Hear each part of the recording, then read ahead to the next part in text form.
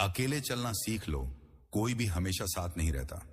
एक भावनात्मक शुरुआत। कभी ऐसा हुआ है कि आप रात के अंधेरे में अपने कमरे की खामोशी में अकेले बैठे हों और आपके मन में एक सवाल बार बार गूंज रहा हो, मैं कहां जा रहा हूं? क्या मैं सही रास्ते पर हूं? या फिर शायद आपने उस खामोशी में अपने दिल की उस हल्की सी टीस को महसूस किया हो, जब आपको एहसास हुआ कि जिन लोगों पर आपने सबसे ज्यादा भरोसा किया वो अब आपके साथ नहीं है। जिंदगी ये एक अजीब सी किताब है ना? हर पन्ने पर एक नया सबक, हर अध्याय में एक नया मोड़। लेकिन इस किताब का एक सच ऐसा है जो हर किसी को एक ना एक दिन समझ आता है। कोई भी हमेशा साथ नहीं रहता। माता पिता, दोस्त, प्रेमी, सहकर्मी, हर कोई एक दिन अपने रास्ते चला जाता है। और उस पल में जब आप अकेले रह जाते हैं, तब आपको एक सच का सामना करना पड़ता है। जिंदगी का सबसे बड़ा युद्ध आपको अकेले ही लड़ना है। लेकिन क्या आपने कभी सोचा कि शायद यही अकेलापन आपकी सबसे बड़ी ताकत बन सकता है?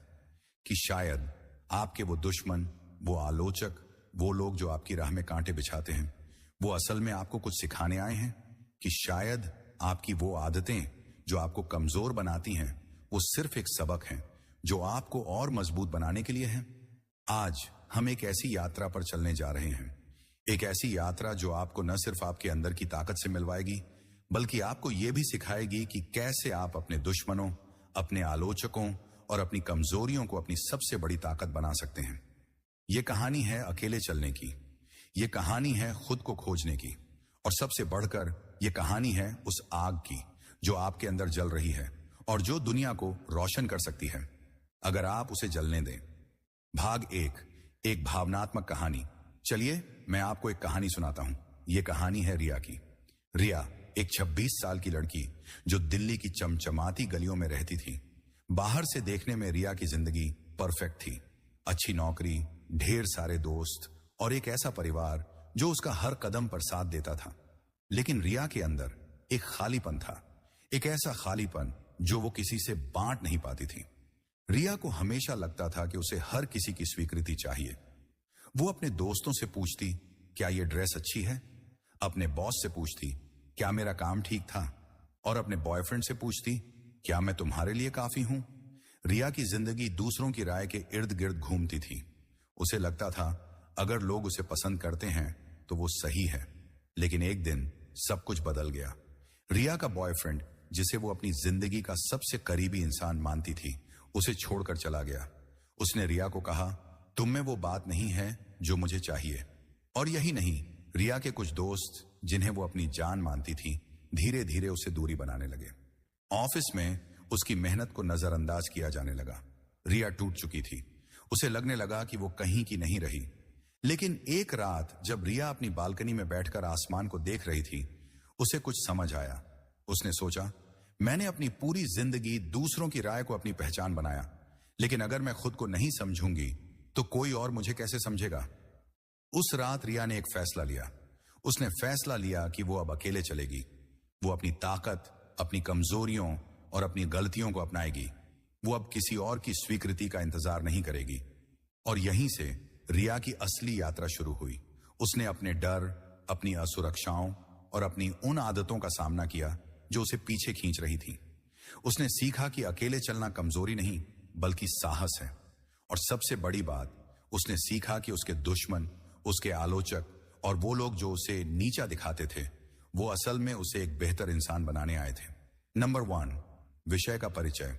रिया की कहानी हम में से कई लोगों की कहानी है। हम सब किसी न किसी मोड़ पर उस खालीपन को महसूस करते हैं। हम सब किसी न किसी पल में उस सवाल से जूझते हैं, मैं कौन हूं? लेकिन ये सवाल, ये खालीपन, ये अकेलापन, ये सब हमें कुछ सिखाने के लिए आते हैं। ये हमें सिखाते हैं कि जिंदगी का सबसे बड़ा साथी, सबसे बड़ा दोस्त और सबसे बड़ा योद्धा वो कोई और नहीं बल्कि आप खुद हैं। तो आइए आज हम बात करते हैं उन आदतों की जो हमें कमजोर बनाती हैं। उन आदतों की जो हमारे दुश्मनों, हमारे आलोचकों और हमारे प्रतिस्पर्धियों को मजबूत बनाती हैं। और सबसे जरूरी, हम बात करेंगे कि कैसे हम इन आदतों को बदल सकते हैं, कैसे हम अपने अकेलेपन को अपनी ताकत बना सकते हैं और कैसे हम उस रास्ते पर चल सकते हैं जो सिर्फ और सिर्फ हमारा है। भाग 2, भावनात्मक कहानियां और उदाहरण। जिंदगी में कुछ पल ऐसे आते हैं जब हमें लगता है कि सब कुछ खत्म हो गया, जब हमें लगता है कि हम अकेले हैं और शायद हम कभी उस अंधेरे से बाहर नहीं निकल पाएंगे।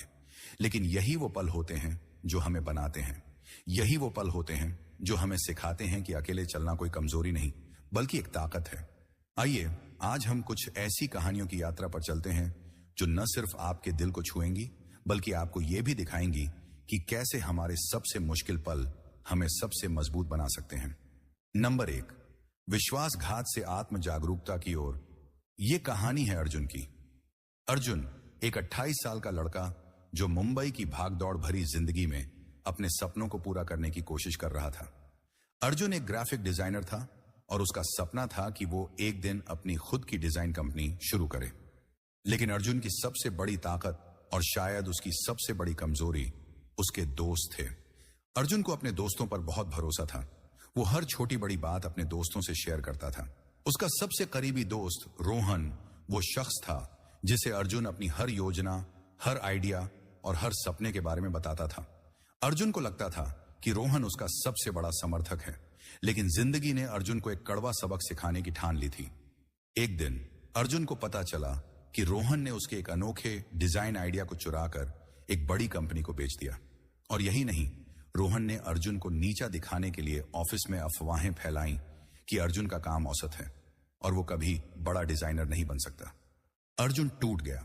उसे समझ नहीं आ रहा था कि जिस दोस्त पर उसने इतना भरोसा किया वो उसे धोखा कैसे दे सकता है। उस रात अर्जुन अपने छोटे से अपार्टमेंट में अकेला बैठा था। उसकी आंखों में आंसू थे और उसका मन गुस्से और दुख से भरा था। उसे लग रहा था कि उसकी सारी मेहनत, सारे सपने सब बेकार हो गए। लेकिन तभी उसने अपने लैपटॉप पर एक पुरानी डायरी खोली जिसमें उसने अपने शुरुआती डिजाइनों के स्केच बनाए थे। उन स्केच को देखते हुए अर्जुन को एक अजीब सी शांति महसूस हुई। उसे याद आया कि उसने ये सब अपने जुनून के लिए शुरू किया था, न कि किसी की स्वीकृति के लिए। उस रात अर्जुन ने एक फैसला लिया।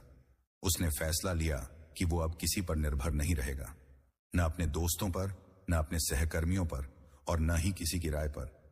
उसने अपने दुख को अपनी ताकत बनाया। उसने दिन रात मेहनत की, नए डिजाइनों पर काम किया और धीरे धीरे अपनी एक छोटी सी डिजाइन फर्म शुरू की। आज अर्जुन की कंपनी छोटी है लेकिन उसकी अपनी है। और सबसे बड़ी बात, अर्जुन ने सीख लिया कि अकेले चलना का मतलब है अपने सपनों को अपनी शर्तों पर जीना। अर्जुन की कहानी हमें सिखाती है कि विश्वासघात, दुख और अकेलापन हमें तोड़ सकते हैं, लेकिन अगर हम हिम्मत करें तो यही चीजें हमें बना भी सकती हैं। अर्जुन ने अपने दोस्त की नकारात्मकता को अपनी प्रेरणा बनाया। उसने सीखा कि उसकी सबसे बड़ी ताकत उसके अंदर है, न कि किसी और के शब्दों में। एक मां की आत्म खोज। अब चलिए एक ऐसी कहानी सुनते हैं जो हर उस इंसान को छुएगी जिसने कभी अपने लिए सब कुछ छोड़ दिया। यह कहानी है कविता की। कविता एक 42 साल की मां जो लखनऊ में अपने परिवार के साथ रहती थी। कविता की जिंदगी अपने पति और 2 बच्चों के इर्द गिर्द घूमती थी। उसने अपनी जवानी, अपने सपने और अपनी महत्वाकांक्षाएं अपने परिवार के लिए कुर्बान कर दी थी। कविता ने कभी शिकायत नहीं की। उसे लगता था कि एक मां का फर्ज यही है। लेकिन जैसे जैसे उसके बच्चे बड़े हुए और उसका पति अपने काम में व्यस्त होता गया, कविता को एक अजीब सा खालीपन महसूस होने लगा। उसे लगने लगा कि उसने अपनी पूरी जिंदगी दूसरों के लिए जी, लेकिन खुद को कहीं भूल गई। एक दिन कविता की बेटी ने उससे पूछा, मम्मी, आपका सपना क्या था? आप क्या बनना चाहती थी? कविता के पास कोई जवाब नहीं था। वो चुप रही। उस रात वो अपने पुराने कॉलेज की डायरी को पढ़ने लगी। उसमें लिखा था कि कविता एक लेखिका बनना चाहती थी। वो कहानियां लिखना चाहती थी जो लोगों के दिलों को छू सके। लेकिन शादी, बच्चे और जिम्मेदारियों ने उसके सपनों को कहीं दफन कर दिया था। कविता ने उस रात एक फैसला लिया। उसने फैसला लिया कि वो अब अपने लिए जिएगी। उसने अपने पुराने जुनून को फिर से जगाया। उसने रात के समय जब सब सो जाते थे अपनी कहानियां लिखना शुरू किया। शुरुआत में उसे बहुत डर लगा। उसे लगा कि लोग उसका मजाक उड़ाएंगे। उसके कुछ रिश्तेदारों ने तो ये भी कहा, इतनी उम्र में अब ये सब क्या? लेकिन कविता ने हार नहीं मानी। उसने अपनी पहली कहानी एक स्थानीय पत्रिका में भेजी और जब वो छपी तो कविता की खुशी का ठिकाना नहीं रहा। धीरे धीरे उसकी कहानियां लोगों तक पहुंचने लगी। आज कविता एक जानी मानी लेखिका नहीं है, लेकिन वो खुश है क्योंकि उसने खुद को फिर से खोज लिया। उसने सीख लिया कि अकेले चलना का मतलब है अपने सपनों को अपनी शर्तों पर जीना, चाहे दुनिया कुछ भी कहे। कविता की कहानी हमें सिखाती है कि जिंदगी में कभी भी देर नहीं होती। हम कितने भी व्यस्त हों, कितने भी बंधनों में बंधे हों, हमारे अंदर वो ताकत है कि हम अपने सपनों को फिर से जी सकते हैं। कविता ने अपने आलोचकों को अपनी प्रेरणा बनाया। उसने सीखा कि उसकी सबसे बड़ी ताकत उसके अंदर की वो आवाज है जो कहती है, तुम काफी हो। प्रतिस्पर्धा से प्रेरणा। अब बात करते हैं एक ऐसे शख्स की जिसने अपने प्रतिस्पर्धियों को अपनी सबसे बड़ी ताकत बनाया। यह कहानी है विक्रम की। विक्रम एक 35 साल का उद्यमी जो बेंगलुरु में अपनी टेक स्टार्टअप शुरू करने की कोशिश कर रहा था। विक्रम का सपना था कि वो एक ऐसी टेक्नोलॉजी बनाए जो छोटे व्यवसायों को डिजिटल दुनिया में आगे बढ़ने में मदद करे। लेकिन उसकी राह आसान नहीं थी। विक्रम की कंपनी को शुरुआत में ही कई बड़े प्रतिस्पर्धियों का सामना करना पड़ा। ये वो कंपनियां थीं जिनके पास पैसा, संसाधन और अनुभव था। विक्रम की छोटी सी टीम दिन रात मेहनत करती थी, लेकिन हर बार कोई ना कोई बड़ी कंपनी उनके आइडिया को कॉपी कर लेती थी। और यही नहीं, सोशल मीडिया पर कुछ लोग विक्रम की कंपनी का मजाक उड़ाते थे। वो कहते थे, इतनी बड़ी कंपनियों के सामने तुम्हारी क्या औकात है। विक्रम को कई बार लगा कि वो हार मान ले। उसे लगने लगा कि शायद उसका सपना बहुत बड़ा है। लेकिन एक दिन उसने एक इंटरव्यू में सुना कि कैसे दुनिया की सबसे बड़ी कंपनियां भी एक समय छोटी थीं। उसने सोचा, अगर वो कर सकते हैं तो मैं क्यों नहीं। उसने अपने प्रतिस्पर्धियों को अपनी कमजोरी मानने के बजाय उन्हें अपनी प्रेरणा बनाया। विक्रम ने अपनी रणनीति बदली। उसने अपने प्रतिस्पर्धियों के काम का अध्ययन किया। उसने देखा कि वो क्या अच्छा कर रहे हैं और वो क्या बेहतर कर सकते हैं। उसने अपनी कंपनी को और इनोवेटिव बनाया। उसने अपनी टीम को प्रेरित किया कि वो न सिर्फ मेहनत करें बल्कि कुछ नया सोचें। और धीरे धीरे विक्रम की कंपनी ने अपनी जगह बनानी शुरू की। आज विक्रम की कंपनी भले ही दुनिया की सबसे बड़ी कंपनी ना हो, लेकिन वो उन छोटे व्यवसायों के लिए एक भरोसेमंद नाम बन चुकी है जिन्हें वो मदद करता है। और सबसे बड़ी बात, विक्रम ने सीख लिया कि अकेले चलना का मतलब है अपने रास्ते पर भरोसा करना, चाहे कितने ही लोग आपको नीचा दिखाएं। विक्रम की कहानी हमें सिखाती है कि प्रतिस्पर्धा कोई बाधा नहीं बल्कि एक अवसर है। हमारे प्रतिस्पर्धी हमें सिखाते हैं कि हम और बेहतर हो सकते हैं। वो हमें प्रेरित करते हैं कि हम अपने लक्ष्यों की ओर और मेहनत करें। मैं आपको वास्तविक जीवन के उदाहरण बताऊं, ये कहानियां सिर्फ काल्पनिक नहीं हैं। दुनिया में ऐसे लाखों लोग हैं जिन्होंने अपने अकेलेपन, अपनी मुश्किलों और अपने आलोचकों को अपनी ताकत बनाया। आइए कुछ ऐसे लोगों की बात करते हैं जिन्हें हम सब जानते हैं। सबसे पहले बात करते हैं अब्राहम लिंकन की। लिंकन, जिन्हें अमेरिका का सबसे महान राष्ट्रपति माना जाता है, उनकी जिंदगी आसान नहीं थी। लिंकन को बार बार असफलताओं का सामना करना पड़ा। वो कई बार चुनाव हारे, उनके व्यापार असफल हुए और उनकी निजी जिंदगी में भी कई दुख थे। लेकिन हर बार जब दुनिया ने उन्हें नीचा दिखाया, लिंकन ने उस आलोचना को अपनी प्रेरणा बनाया। उन्होंने सीखा कि अकेले चलना का मतलब है अपने सिद्धांतों पर अडिग रहना, चाहे दुनिया कुछ भी कहे। अब बात करते हैं ओपरा विनफ्रे की। ओपरा, जिन्हें आज दुनिया की सबसे प्रभावशाली महिलाओं में से एक माना जाता है, उनकी शुरुआती जिंदगी गरीबी, दुख और आलोचनाओं से भरी थी। उन्हें कई बार कहा गया कि वो टीवी के लिए फिट नहीं है, लेकिन ओपरा ने उन आलोचनाओं को अनदेखा किया। उन्होंने अपने दर्द को अपनी ताकत बनाया। उन्होंने सीखा कि अकेले चलना का मतलब है अपनी कहानी को दुनिया के सामने लाना, चाहे कितने ही लोग आपको रोकने की कोशिश करें। इन लोगों की कहानियां हमें सिखाती हैं कि हमारे दुश्मन, हमारे आलोचक और हमारी मुश्किलें हमें कमजोर नहीं बनाती। वो हमें सिखाती हैं कि हम कितने मजबूत हो सकते हैं। वो हमें सिखाती हैं कि अकेले चलना का मतलब है अपने सपनों, अपनी सच्चाई और अपनी ताकत पर भरोसा करना। ये कहानियां, ये लोग, ये पल, ये सब हमें एक ही बात सिखाते हैं कि जिंदगी का सबसे बड़ा सबक यही है कि हमें अपने रास्ते पर अकेले चलना सीखना होगा। हमारे दोस्त, हमारा परिवार, हमारे चाहने वाले, वो हमारे साथ कुछ समय तक चल सकते हैं, लेकिन अंत में वो रास्ता, वो सपना, वो जंग, वो सिर्फ हमारी है। लेकिन इसका मतलब ये नहीं कि अकेलापन दुख है। अकेलापन एक अवसर है। एक अवसर खुद को जानने का, एक अवसर अपनी ताकत को पहचानने का, एक अवसर अपने दुश्मनों, अपने आलोचकों और अपनी कमजोरियों को अपनी सबसे बड़ी ताकत बनाने का।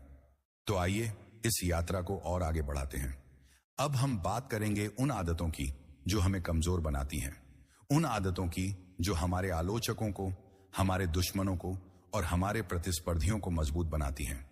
और सबसे जरूरी, हम सीखेंगे कि कैसे हम इन आदतों को बदल सकते हैं और कैसे हम अकेले चलने की कला को अपने जीवन का हिस्सा बना सकते हैं। भाग 3, हमारी आदतें जो हमें कमजोर बनाती हैं। कभी अपने आप से यह सवाल पूछा है कि आप वहीं क्यों अटक जाते हैं जहां से आप आगे बढ़ना चाहते हैं? कभी सोचा है कि आपके सपने, आपकी मेहनत और आपकी कोशिशें बार बार क्यों नाकाम हो जाती हैं? जवाब शायद आपके अंदर ही छिपा है।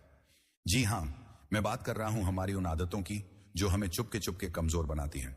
वो आदतें जो न सिर्फ हमें पीछे खींचती हैं, बल्कि हमारे दुश्मनों, हमारे आलोचकों और हमारे प्रतिस्पर्धियों को मजबूत बनाती हैं।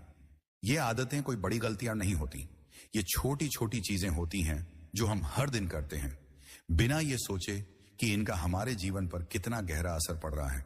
लेकिन आज हम इन आदतों को उजागर करेंगे, हम इन्हें समझेंगे, इनके प्रभाव को देखेंगे और सबसे जरूरी, हम सीखेंगे कि कैसे इन्हें बदलकर हम अपने जीवन को और बेहतर बना सकते हैं।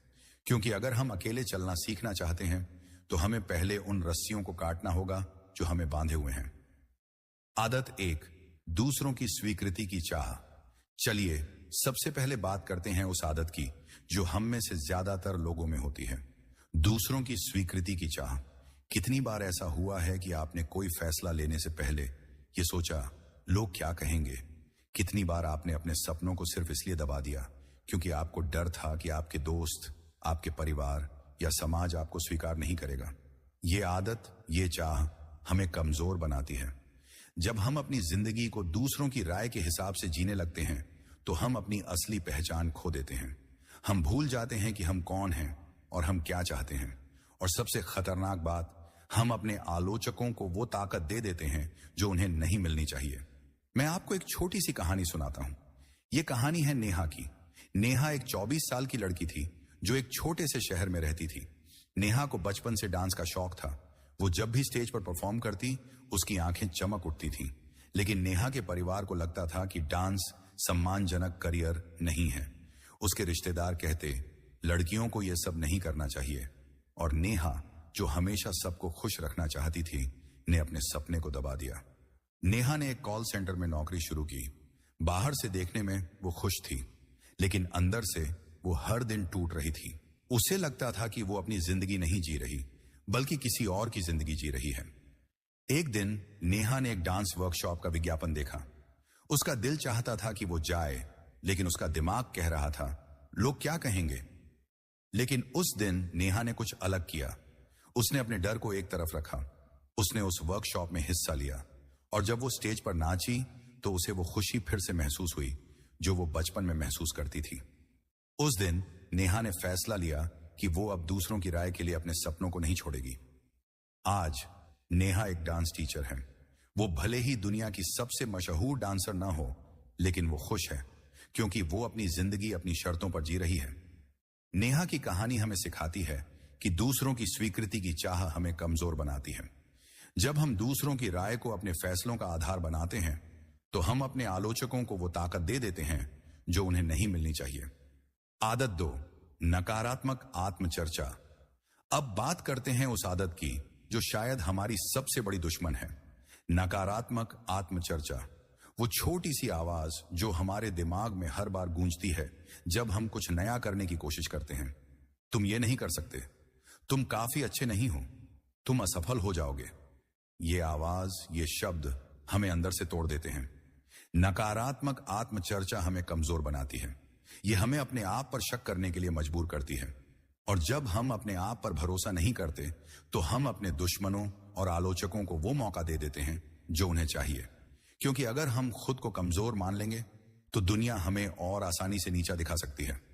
चलिए मैं आपको राहुल की कहानी सुनाता हूं। राहुल एक 30 साल का सॉफ्टवेयर इंजीनियर जो हैदराबाद में एक अच्छी कंपनी में काम करता था। राहुल को अपनी नौकरी से कोई शिकायत नहीं थी, लेकिन उसे हमेशा लगता था कि वो कुछ बड़ा कर सकता है। उसका सपना था कि वो अपनी खुद की टेक कंपनी शुरू करे। लेकिन हर बार जब वो इस बारे में सोचता, उसके दिमाग में एक आवाज गूंजती, तुम ये नहीं कर सकते, तुम में वो काबिलियत नहीं है। राहुल ने कई बार कोशिश की। उसने अपने आइडियाज पर काम शुरू किया, लेकिन हर बार वो बीच में रुक जाता। उसे लगता कि वो अपने सहकर्मियों जितना अच्छा नहीं है। उसे लगता कि अगर वो असफल हुआ तो लोग उसका मजाक उड़ाएंगे, और धीरे धीरे राहुल ने अपने सपने को छोड़ दिया। लेकिन एक दिन राहुल ने एक किताब पढ़ी जिसमें लिखा था, आपका सबसे बड़ा दुश्मन आपका दिमाग है। उसने सोचा, शायद मैं खुद ही अपनी राह में रोड़ा बन रहा हूं। उसने एक छोटा सा प्रयोग किया। उसने हर बार जब उसका दिमाग नकारात्मक बातें कहता, उसे एक पॉजिटिव बात से बदलना शुरू किया। उदाहरण के लिए, जब उसका दिमाग कहता तुम असफल हो जाओगे, वो अपने आप से कहता मैं कोशिश करूंगा, और अगर असफल हुआ तो सीखूंगा। धीरे धीरे राहुल का आत्मविश्वास बढ़ने लगा। उसने अपनी कंपनी शुरू की। शुरुआत में उसे कई मुश्किलों का सामना करना पड़ा, लेकिन इस बार वो रुका नहीं। आज राहुल की कंपनी छोटी है, लेकिन वो अपने सपनों की ओर बढ़ रहा है। और सबसे बड़ी बात, उसने अपनी नकारात्मक आत्मचर्चा को अपनी ताकत में बदल लिया। राहुल की कहानी हमें सिखाती है कि हमारा दिमाग हमारा सबसे बड़ा दोस्त भी हो सकता है, और सबसे बड़ा दुश्मन भी। जब हम नकारात्मक आत्मचर्चा को रोकते हैं तो हम अपने आलोचकों को वो मौका नहीं देते जो उन्हें चाहिए। आदत 3, तुलना का जाल। अब बात करते हैं उस आदत की जो आज के दौर में हम में से ज्यादातर लोगों को जकड़ लेती है, तुलना का जाल। सोशल मीडिया के इस युग में हम हर दिन दूसरों की जिंदगी को देखते हैं, उनके वेकेशन, उनकी सक्सेस, उनकी खुशियां, और अनजाने में हम अपनी जिंदगी की तुलना उनसे करने लगते हैं। तुलना हमें कमजोर बनाती है। ये हमें ये भूलने पर मजबूर करती है कि हमारी जिंदगी, हमारी कहानी और हमारी यात्रा अनोखी है।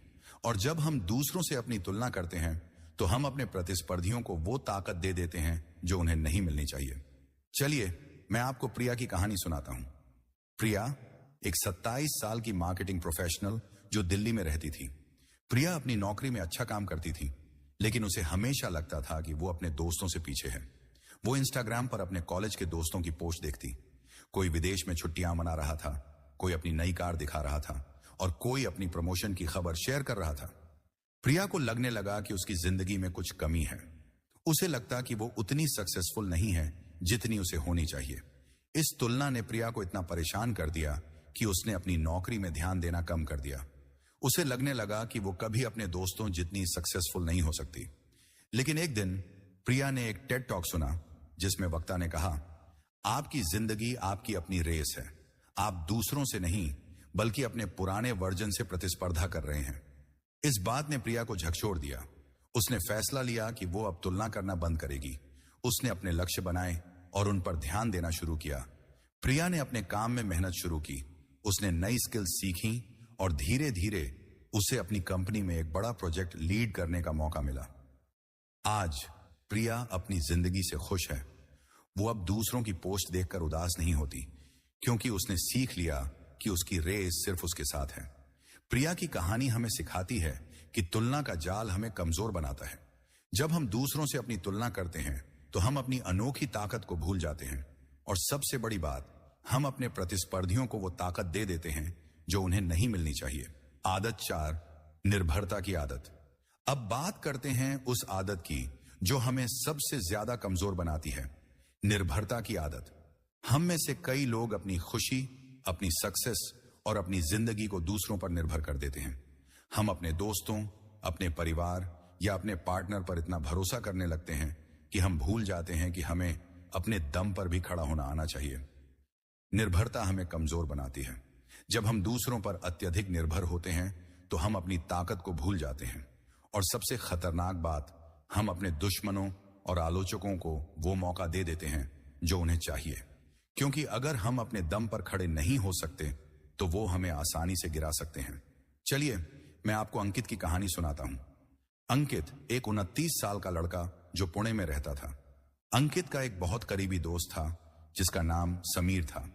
अंकित हर छोटी बड़ी बात समीर से शेयर करता था। जब अंकित को कोई फैसला लेना होता वो समीर से सलाह लेता।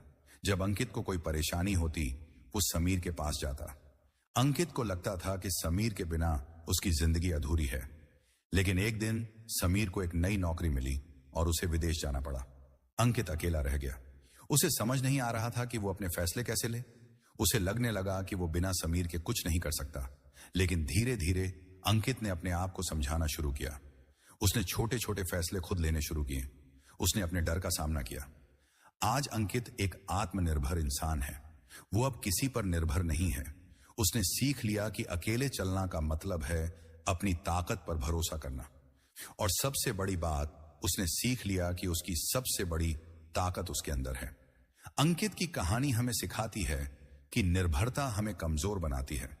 जब हम दूसरों पर अत्यधिक निर्भर होते हैं तो हम अपनी ताकत को भूल जाते हैं। और जब हम अपनी ताकत को भूल जाते हैं तो हम अपने दुश्मनों को वो मौका दे देते हैं जो उन्हें नहीं मिलना चाहिए। आदत 5, आलोचना से डर। और आखिरी आदत जो हमें कमजोर बनाती है, आलोचना से डर। हम में से ज्यादातर लोग आलोचना से डरते हैं। हमें डर लगता है कि लोग हमारी गलतियां देखेंगे। हमें डर लगता है कि लोग हमें जज करेंगे। लेकिन सच ये है कि आलोचना हमें कमजोर नहीं बनाती। हमारा उससे डरना हमें कमजोर बनाता है।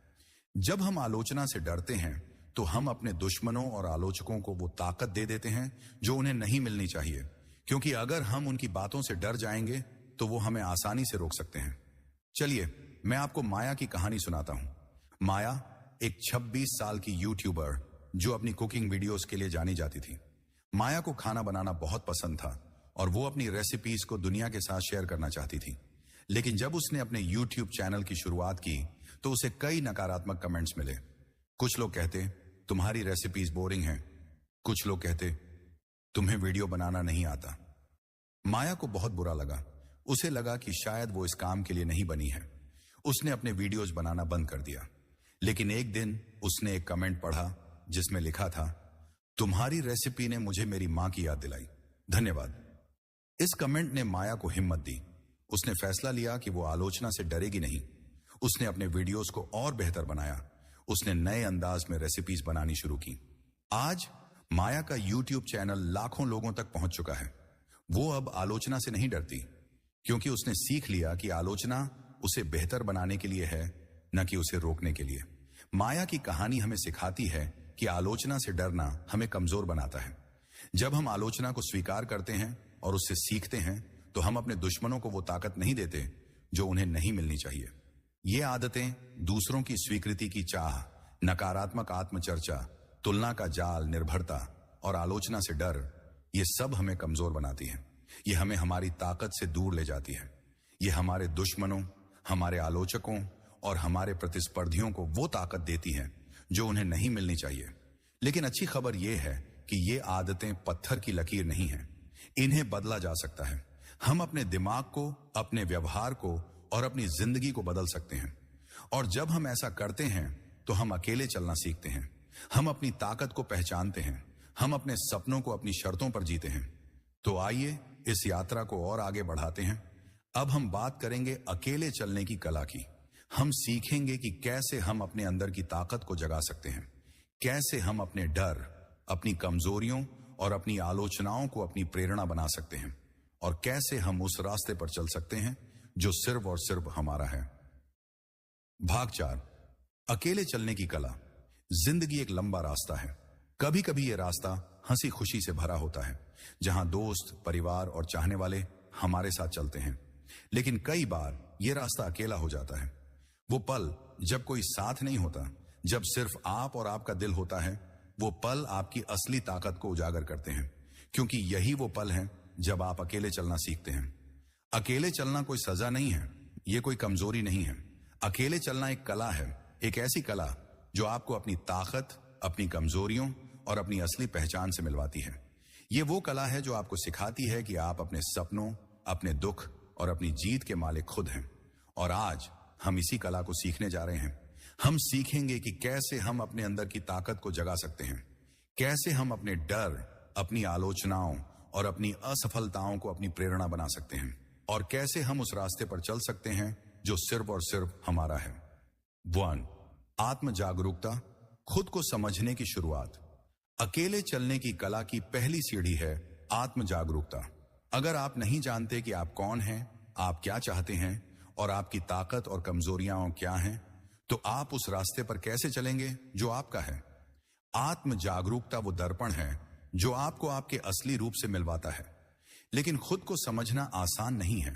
हमारी जिंदगी इतनी तेज रफ्तार में चलती है कि हम अपने आप से बात करना भूल जाते हैं। हम अपने डर, अपनी इच्छाएं और अपने सपनों को अनदेखा कर देते हैं। लेकिन अगर हम अकेले चलना सीखना चाहते हैं तो हमें अपने दिल की आवाज सुननी होगी। चलिए मैं आपको सिद्धार्थ की कहानी सुनाता हूं। सिद्धार्थ एक 32 साल का बिजनेस एनालिस्ट जो बेंगलुरु में एक मल्टीनेशनल कंपनी में काम करता था। बाहर से सिद्धार्थ की जिंदगी परफेक्ट थी, अच्छी नौकरी, अच्छी सैलरी और एक अच्छा सामाजिक दायरा। लेकिन सिद्धार्थ के अंदर एक बेचैनी थी। उसे लगता था कि वो अपनी जिंदगी में कुछ मिस कर रहा है। सिद्धार्थ ने अपनी इस बेचैनी को अनदेखा करने की कोशिश की। उसने अपने आप को और ज्यादा काम में डुबो दिया। लेकिन एक दिन उसका एक पुराना दोस्त उसे मिलने आया। उस दोस्त ने सिद्धार्थ से पूछा, तू खुश है? सिद्धार्थ के पास कोई जवाब नहीं था। उस रात सिद्धार्थ ने अपने आप से एक सवाल पूछा, मैं असल में क्या चाहता हूं? सिद्धार्थ ने एक डायरी शुरू की। उसने हर दिन अपने विचार, अपने डर और अपने सपनों को लिखना शुरू किया। उसने देखा कि उसे हमेशा से ट्रैवलिंग का शौक था। उसे नई जगहें देखना, नई संस्कृतियों को समझना पसंद था। लेकिन उसने अपने इस शौक को अपनी प्रैक्टिकल जिंदगी के लिए छोड़ दिया था। सिद्धार्थ ने फैसला लिया कि वो अपने इस जुनून को फिर से जिएगा। उसने अपनी नौकरी से 1 साल का ब्रेक लिया और एक ट्रैवल ब्लॉग शुरू किया। शुरुआत में उसे बहुत डर लगा। उसे लगा कि लोग उसका मजाक उड़ाएंगे। लेकिन जैसे जैसे वो अपने ब्लॉग पर काम करता गया, उसे अपनी जिंदगी में एक नई खुशी मिलने लगी। आज सिद्धार्थ का ब्लॉग हजारों लोगों तक पहुंचता है। वो अब अपनी जिंदगी अपनी शर्तों पर जी रहा है। सिद्धार्थ की कहानी हमें सिखाती है कि आत्म जागरूकता वो पहला कदम है जो हमें अपने रास्ते पर ले जाता है। जब हम अपने आप को समझते हैं तो हम अपने डर, अपनी कमजोरियों और अपनी ताकत को स्वीकार करते हैं, और यही स्वीकार हमें अकेले चलने की ताकत देता है। 2. आत्मविश्वास। असफलताओं के बावजूद भरोसा। अकेले चलने की कला की दूसरी सीढ़ी है आत्मविश्वास। आत्मविश्वास वो ताकत है जो हमें तब उठने की हिम्मत देती है जब हम गिर जाते हैं। ये वो विश्वास है जो हमें कहता है, तुम कर सकते हो, भले ही दुनिया कहे तुम नहीं कर सकते। लेकिन आत्मविश्वास कोई जादू की छड़ी नहीं है। ये कोई ऐसी चीज नहीं है जो रातों रात आ जाए। आत्मविश्वास बनता है हर छोटी जीत, हर असफलता और हर उस पल से जब हम अपने डर का सामना करते हैं। चलिए मैं आपको राधिका की कहानी सुनाता हूं। राधिका एक 29 साल की सिंगल मदर जो कोलकाता में रहती थी। राधिका की जिंदगी आसान नहीं थी। उसका तलाक हो चुका था और उसे अपनी 5 साल की बेटी की परवरिश अकेले करनी थी। राधिका को हमेशा से बेकिंग का शौक था और वो अपनी खुद की बेकरी शुरू करना चाहती थी। लेकिन उसे लगता था कि वो इसके लिए तैयार नहीं है। राधिका को डर था कि वो असफल हो जाएगी। उसे डर था कि लोग उसका मजाक उड़ाएंगे। लेकिन एक दिन उसकी बेटी ने उससे कहा, मम्मी, तुम जो केक बनाती हो वो दुनिया में सबसे अच्छा है। इस छोटी सी बात ने राधिका के अंदर कुछ जगा दिया। उसने फैसला लिया कि वो कोशिश करेगी। राधिका ने अपने घर से छोटी सी बेकिंग शुरू की। उसने अपने पड़ोसियों को अपने केक और पेस्ट्रीज बेचने शुरू किए। शुरुआत में उसे बहुत मुश्किलें आईं। कुछ ग्राहकों को उसके केक पसंद नहीं आए। कुछ लोगों ने कहा कि वो इतना अच्छा नहीं कर सकती। लेकिन राधिका ने हार नहीं मानी। उसने हर आलोचना से सीखा। उसने अपने केक को और बेहतर बनाया। आज राधिका की एक छोटी सी बेकरी है। वो अपनी बेटी के लिए एक मिसाल बन चुकी है। और सबसे बड़ी बात, राधिका ने सीख लिया कि आत्मविश्वास का मतलब है अपने आप पर भरोसा करना, भले ही रास्ता कितना भी मुश्किल हो। राधिका की कहानी हमें सिखाती है कि आत्मविश्वास वो आग है जो हमारे अंदर जलती है। ये वो ताकत है जो हमें असफलताओं, आलोचनाओं और मुश्किलों के बावजूद आगे बढ़ने की हिम्मत देती है। और जब हम अपने आप पर भरोसा करते हैं तो हम अकेले चलना सीख जाते हैं। 3. आत्मनिर्भरता। अपनी ताकत पर भरोसा। अकेले चलने की कला की तीसरी सीढ़ी है आत्मनिर्भरता। आत्मनिर्भरता का मतलब है अपनी भावनाओं, अपने फैसलों और अपनी जिंदगी को अपने कंट्रोल में लेना। इसका मतलब है यह समझना कि आपकी खुशी, आपकी सक्सेस और आपकी शांति किसी और के हाथों में नहीं, बल्कि आपके अपने हाथों में है। आत्मनिर्भरता वो ताकत है जो आपको तब खड़ा रखती है जब कोई और आपके साथ नहीं होता। ये वो विश्वास है जो आपको कहता है तुम अकेले भी काफी हो। चलिए मैं आपको अहमद की कहानी सुनाता हूं। अहमद एक 35 साल का टैक्सी ड्राइवर जो मुंबई की सड़कों पर दिन रात मेहनत करता था। अहमद का एक छोटा सा परिवार था और वो अपनी पत्नी और 2 बच्चों के लिए हर दिन कड़ी मेहनत करता था। लेकिन एक दिन अहमद की जिंदगी में एक बड़ा झटका आया। उसकी पत्नी को एक गंभीर बीमारी हो गई और उसे इलाज के लिए बहुत पैसे चाहिए थे। अहमद ने अपने रिश्तेदारों और दोस्तों से मदद मांगी, लेकिन किसी ने उसकी मदद नहीं की। अहमद अकेला पड़ गया। उसे लगने लगा कि वो अपनी पत्नी को नहीं बचा पाएगा। लेकिन एक रात जब वो अपनी टैक्सी में अकेला बैठा था, उसने अपने आप से कहा, मुझे अपने परिवार के लिए कुछ करना होगा, मैं हार नहीं मान सकता। अहमद ने दिन रात मेहनत शुरू की। उसने अपनी टैक्सी को और ज्यादा घंटों तक चलाया। उसने अपने खर्चे कम किए और हर पैसे को अपनी पत्नी के इलाज के लिए बचाया। इसके साथ साथ उसने एक छोटा सा साइड बिजनेस शुरू किया, जिसमें वो अपने गांव के हस्तशिल्प को शहर में बेचता था। आज अहमद की पत्नी स्वस्थ है। उसका छोटा सा बिजनेस धीरे धीरे बढ़ रहा है। और सबसे बड़ी बात, अहमद ने सीख लिया कि आत्मनिर्भरता वो ताकत है जो हमें सबसे मुश्किल वक्त में भी खड़ा रखती है। अहमद की कहानी हमें सिखाती है कि आत्मनिर्भरता वो नींव है जिस पर हम अपनी जिंदगी का महल खड़ा करते हैं। जब हम अपने दम पर खड़े होना सीखते हैं तो हम अपने दुश्मनों, अपनी आलोचनाओं और अपनी मुश्किलों को हरा सकते हैं। 4. ध्यान और माइंडफुलनेस। अपने मन को शांत करना। अकेले चलने की कला की चौथी सीढ़ी है ध्यान और माइंडफुलनेस। हमारा दिमाग एक ताकतवर औजार है, लेकिन अगर इसे कंट्रोल न किया जाए तो यह हमारा सबसे बड़ा दुश्मन बन सकता है। ध्यान और माइंडफुलनेस हमें सिखाते हैं कि कैसे हम अपने दिमाग को शांत करें, कैसे हम अपने विचारों को केंद्रित करें और कैसे हम अपनी आंतरिक शांति को पाएं। जब हम अपने मन को शांत करते हैं तो हम अपने डर, अपनी चिंताएं और अपनी नकारात्मकता को कंट्रोल कर सकते हैं, और यही शांति हमें अकेले चलने की ताकत देती है। चलिए मैं आपको अनन्या की कहानी सुनाता हूं। अनन्या एक 28 साल की पत्रकार जो दिल्ली में एक न्यूज चैनल में काम करती थी। अनन्या की जिंदगी बहुत तनावपूर्ण थी। डेडलाइंस, प्रेशर और लगातार खबरों की दौड़ में वो अपने आप को खो चुकी थी। उसे हर समय चिंता रहती थी।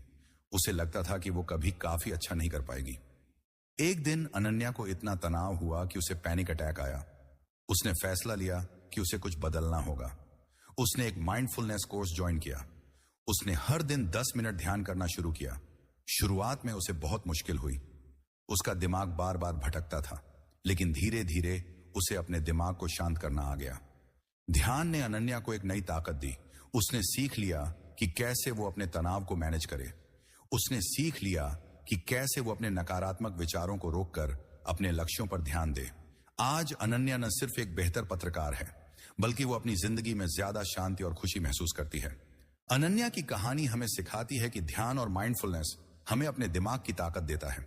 जब हम अपने मन को शांत करते हैं तो हम अपने डर, अपनी चिंताएं और अपनी आलोचनाओं को हरा सकते हैं, और यही शांति हमें अकेले चलने की कला सिखाती है। अकेले चलने की कला कोई जादू नहीं है।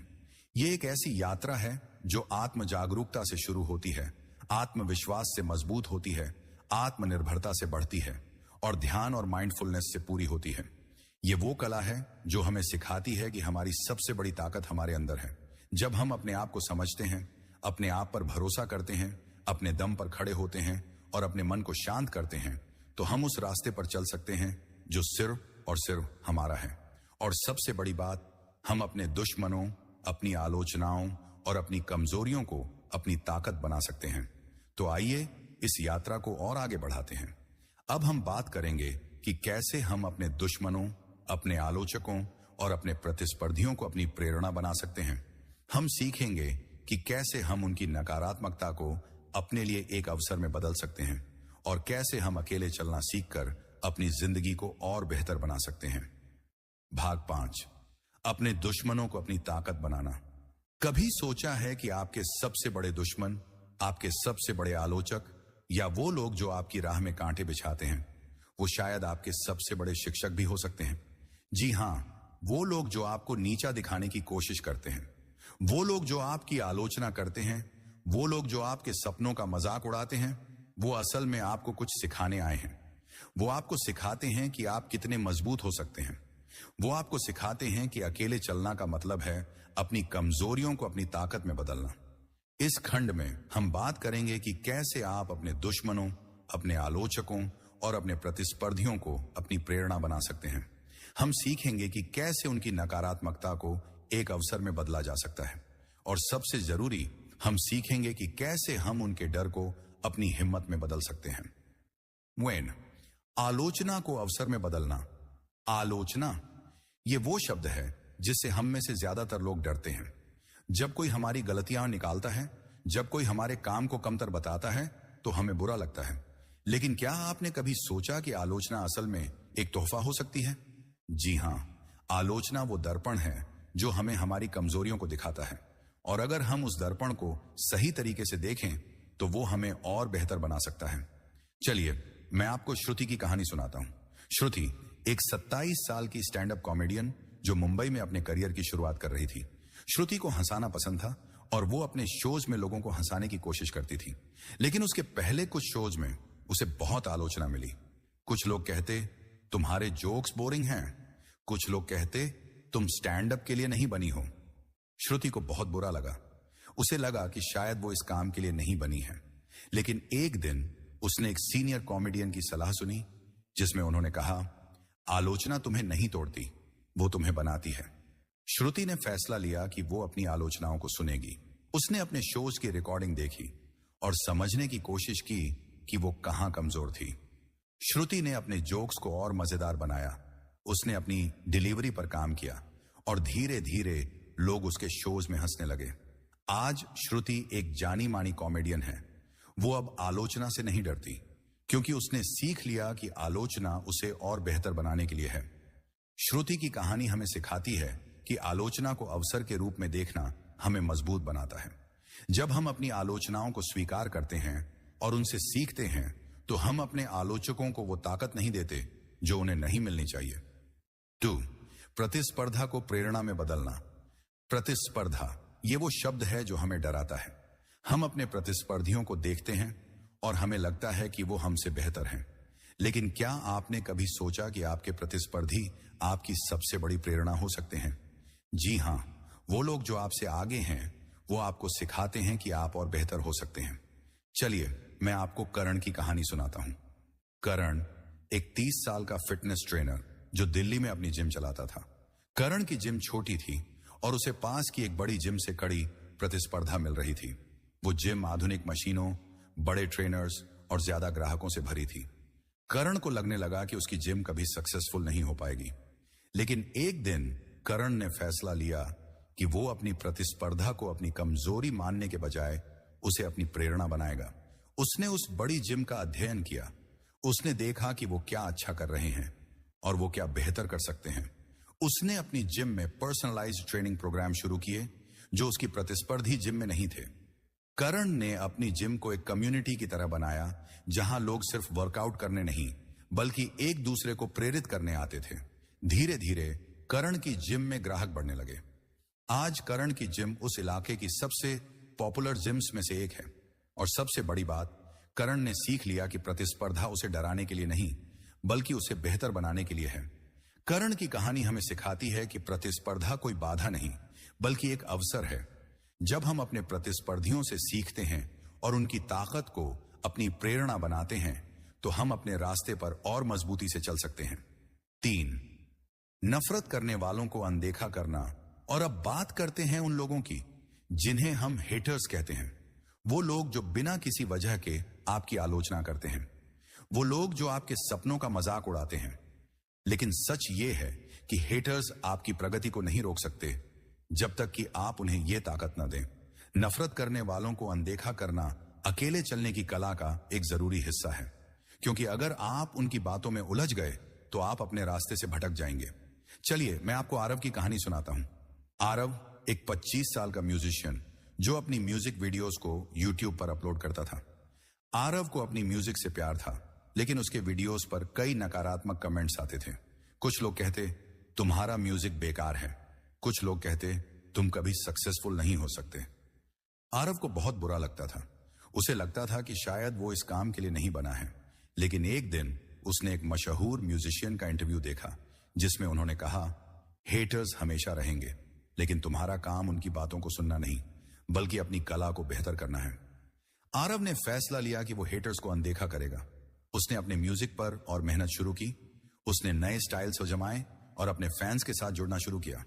धीरे धीरे उसके वीडियोस पर पॉजिटिव कमेंट्स बढ़ने लगे। आज आरव के हजारों फैंस हैं और सबसे बड़ी बात, उसने सीख लिया कि हेटर्स की बातें उसे नहीं बल्कि उसकी मेहनत उसे आगे ले जाएगी। एरव की कहानी हमें सिखाती है कि हेटर्स को अनदेखा करना हमें मजबूत बनाता है। जब हम उनकी नकारात्मकता को अपने रास्ते में नहीं आने देते तो हम अपने सपनों की ओर और तेजी से बढ़ सकते हैं। 4, क्षमा और आगे बढ़ना। और आखिरी बात, क्षमा और आगे बढ़ना। कई बार हमारे दुश्मन, हमारे आलोचक या वो लोग जो हमें चोट पहुंचाते हैं, वो हमारे मन में एक भारी बोझ छोड़ जाते हैं। हम उनके प्रति गुस्सा, नफरत या दुख रखते हैं, लेकिन सच ये है कि ये बोझ हमें पीछे खींचता है। अगर हम अकेले चलना सीखना चाहते हैं तो हमें इस बोझ को उतारना होगा। हमें क्षमा करना होगा, न सिर्फ दूसरों को बल्कि खुद को भी। चलिए मैं आपको मीना की कहानी सुनाता हूं। मीना एक 40 साल की स्कूल टीचर जो लखनऊ में रहती थी। मीना की जिंदगी में एक समय ऐसा था जब उसके सबसे करीबी दोस्त ने उसे धोखा दिया। उस दोस्त ने मीना के बारे में अफवाहें फैलाईं, जिसके कारण मीना को अपने स्कूल में बहुत आलोचना झेलनी पड़ी। मीना टूट गई थी। उसे लगता था कि वो कभी इस दुख से बाहर नहीं निकल पाएगी। लेकिन एक दिन मीना ने एक किताब पढ़ी जिसमें लिखा था, क्षमा करना कमजोरी नहीं बल्कि ताकत है। मीना ने फैसला लिया कि वो अपने दोस्त को माफ करेगी। उसने अपने मन में उस नफरत को छोड़ दिया और जब उसने ऐसा किया तो उसे एक अजीब सी शांति महसूस हुई। मीना ने अपने काम पर और ध्यान देना शुरू किया। उसने अपने स्टूडेंट्स के लिए नए प्रोग्राम शुरू किए। आज मीना अपने स्कूल की सबसे प्रिय टीचर है और सबसे बड़ी बात, उसने सीख लिया कि क्षमा करना उसे कमजोर नहीं बल्कि मजबूत बनाता है। मीना की कहानी हमें सिखाती है कि क्षमा करना हमें आजाद करता है। जब हम अपने दुश्मनों, अपने आलोचकों और अपनी नफरत को छोड़ देते हैं तो हम अपने मन को हल्का करते हैं और यही हल्कापन हमें अकेले चलने की ताकत देता है। छठा खंड, निष्कर्ष और प्रेरणादायक अंत। और अब हम इस यात्रा के आखिरी पड़ाव पर आ चुके हैं। एक ऐसी यात्रा जो हमें हमारे अंदर की ताकत से मिलवाती है। एक ऐसी यात्रा जो हमें सिखाती है कि अकेले चलना कोई कमजोरी नहीं बल्कि हमारी सबसे बड़ी ताकत है। हमने इस यात्रा में बहुत कुछ सीखा। हमने देखा कि कैसे हमारी आदतें, दूसरों की स्वीकृति की चाह, नकारात्मक आत्मचर्चा, तुलना का जाल, निर्भरता और आलोचना से डर हमें कमजोर बनाती है। लेकिन हमने ये भी सीखा कि इन आदतों को बदला जा सकता है। हमने सीखा कि आत्म जागरूकता, आत्मविश्वास, आत्मनिर्भरता और ध्यान हमें वो ताकत दे सकते हैं जो हमें अपने रास्ते पर ले जाती है। और सबसे जरूरी, हमने सीखा कि हमारे दुश्मन, हमारे आलोचक और हमारे प्रतिस्पर्धी हमें तोड़ने नहीं बल्कि हमें बनाने आए हैं। लेकिन ये यात्रा यहीं खत्म नहीं होती। ये यात्रा अब आपके हाथों में है। आज इस पल में आपके पास एक मौका है। एक मौका अपने डर का सामना करने का, एक मौका अपनी कमजोरियों को अपनी ताकत बनाने का, एक मौका उस रास्ते पर चलने का जो सिर्फ और सिर्फ और आपका है। तो अपने आप से एक वादा करें। वादा करें कि आप अपने सपनों को किसी की राय के लिए नहीं छोड़ेंगे। वादा करें कि आप अपने आलोचकों की बातों को अपनी प्रेरणा बनाएंगे। वादा करें कि आप अपने दम पर खड़े होंगे और अपने रास्ते पर चलेंगे, चाहे वो रास्ता कितना भी मुश्किल क्यों ना हो। चलिए इस यात्रा को एक आखिरी कहानी के साथ खत्म करते हैं। ये कहानी है एक छोटे से गांव के लड़के रमेश की। रमेश एक 20 साल का लड़का जो एक गरीब परिवार में पैदा हुआ था। रमेश का सपना था कि वो एक दिन इंजीनियर बने, लेकिन उसके गांव में लोग उसका मजाक उड़ाते थे। वो कहते, तू इंजीनियर कैसे बनेगा, तेरा परिवार तो खेतों में काम करता है। रमेश को बहुत बुरा लगता था। उसे लगता था कि शायद वो अपने सपनों को कभी पूरा नहीं कर पाएगा। लेकिन एक रात जब वो अपने घर की छत पर बैठा था, उसने आसमान में तारों को देखा। उसने सोचा, अगर ये तारे इतनी दूर से भी चमक सकते हैं तो मैं क्यों नहीं। रमेश ने दिन रात मेहनत शुरू की। उसने अपने गांव की छोटी सी लाइब्रेरी से किताबें उधार लीं। उसने रातों को जगकर पढ़ाई की। उसे कई बार आलोचनाएं मिली। कई बार उसे लगा कि वो हार जाएगा, लेकिन हर बार वो अपने सपने को याद करता और उसने कभी हार नहीं मानी। आज रमेश एक सिविल इंजीनियर है।